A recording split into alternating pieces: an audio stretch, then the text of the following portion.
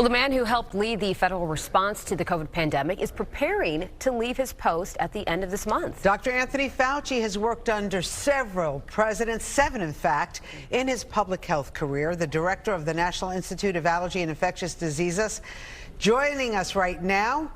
Nice to see you, Dr. Fauci. Thank you, Rosanna. Good to be with you. So, Dr. Fauci, everybody's wondering about the next chapter. Are you a pickleball player, a golfer?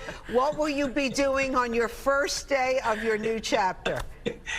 I'm certainly not going to be playing pickleball, Rosanna.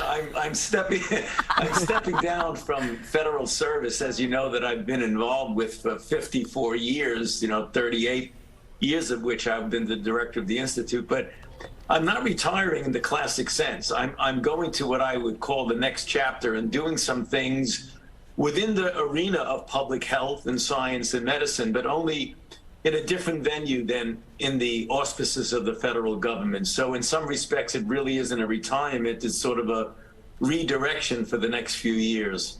Well, a lot of people obviously lived on every word that you said when it came to COVID during the last few years. And now we're like in a new phase, as you know. People are still getting COVID, but they're not running for the vaccines like they did over a year ago.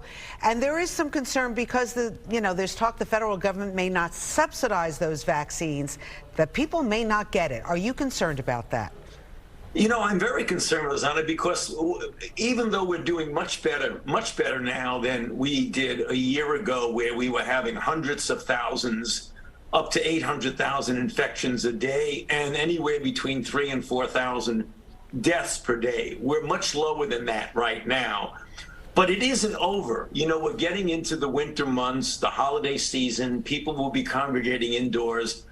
We have a updated booster vaccine that's available that can really go a long way to protecting you, certainly from severe disease, if not from infection at all. And unfortunately, there is not a very vigorous uptake of that vaccine. We're doing much, much lower from a percentage point than we should be doing. In some respects, that may be understandable because people want to be done with COVID. We've all been exhausted over the last 3 years, but there still is a lot to do to protect yourself and your family and ultimately your community. And that's the reason why, as we're entering into the winter, we're really putting a full court press on to get people to get that updated booster vaccine if they have not already gotten it. I think it's important that you said, a lot of people are exhausted from this. We'll take a page out of what's happening in LA County, where they're saying that if they reach high transmission with the CDC levels that they're at right now, which are medium, they probably will hit high any day now, that they are going to bring back those mask mandates. What do you think? I think a lot of people don't want to be forced to put the mask back on. If they want to wear it, makes them safe, and they can have the right to do that. But what do you think? These mandates, good idea to bring them back? It really depends on the local situation, and you really can't make a broad generalization about that. You have to leave it up to the discretion of the local health authorities. And LA is a big city. They have very good health authorities. I know them all. They have good judgment, and we'll leave it up to them when they're there on the ground evaluating the situation. Obviously, you would like people to use good judgment to protect themselves and their family and their community without necessarily having to mandate anything, because there is a fatigue about being mandated. People don't like to be told what to do. Yeah.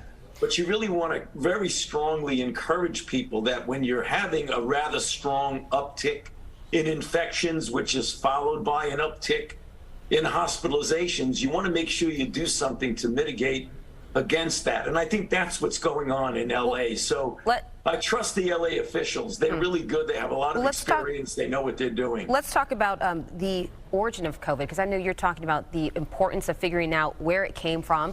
What happens if that lab leak theory is proven true? I know you said you're open to the possibilities of looking at where this came from, and that could be a possibility. So what happens after that? Well, the reason why you want to know what the ultimate origin is, that you want to make sure that you put things in place to prevent that from happening again. If it's the lab leak, and again, as I mentioned, and I keep repeating it, we all have an open mind. A large group of international evolutionary virologists have put together and published in a peer-reviewed journals considerable amount of evidence that this was a natural occurrence from an animal reservoir to a human. But this possibility still does exist that it was a laboratory accident. If it was, then you want to make sure at the international level we put a lot of very good guidelines and guardrails about what one needs to do when you're in a lab doing important experiments. Right. I mean, experiments that you need to ultimately to protect. I was wondering, Dr. Fauci, did you read this Andrew Huff book? He claims he worked at the Wuhan lab, and he claims in this book that the virus escaped from the Wuhan lab because of lax security. Right. Yeah, What do you there's think? absolutely zero evidence of that. So anybody could write a book about anything, you know, like I came down from Mars and did something. So I mean, it's a book with no evidence and no data. And unfortunately, Rosanna, that's what we have these days. We have so much mis and disinformation that it just clouds the picture of getting down to what the facts and the evidence show. So again, always keeping an open mind. What you're referring to there is based on zero evidence. Gotcha.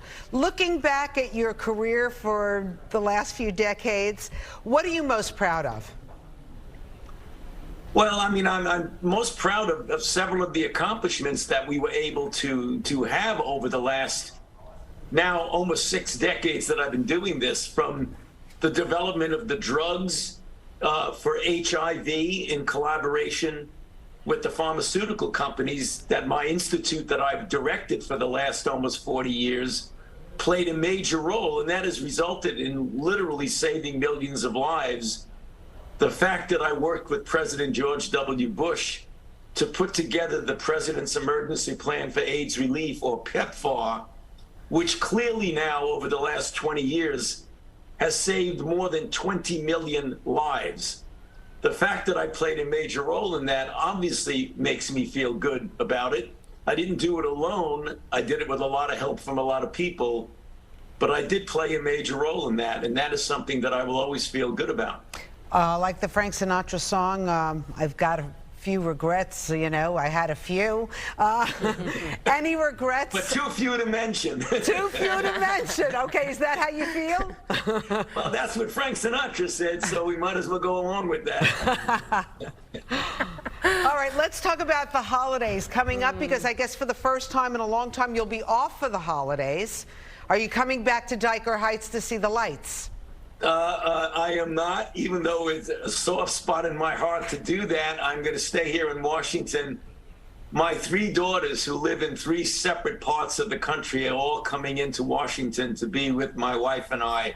So that's where I'll be spending Christmas, right here in Washington. All right, and then next season, MLB starts up again. Are you throwing out any more first pitches? Anyone call you up and ask you to do that?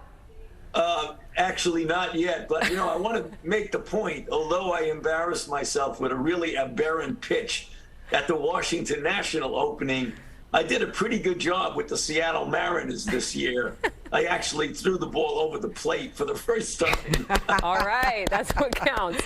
All right, making us proud in Brooklyn. Dr. Anthony Fauci, thank you so much. Good luck on your next chapter, and consider pickleball. It's a great sport. It's a great to play. sport. I'll give it a try, guys. All right, thank you. Talk to you soon.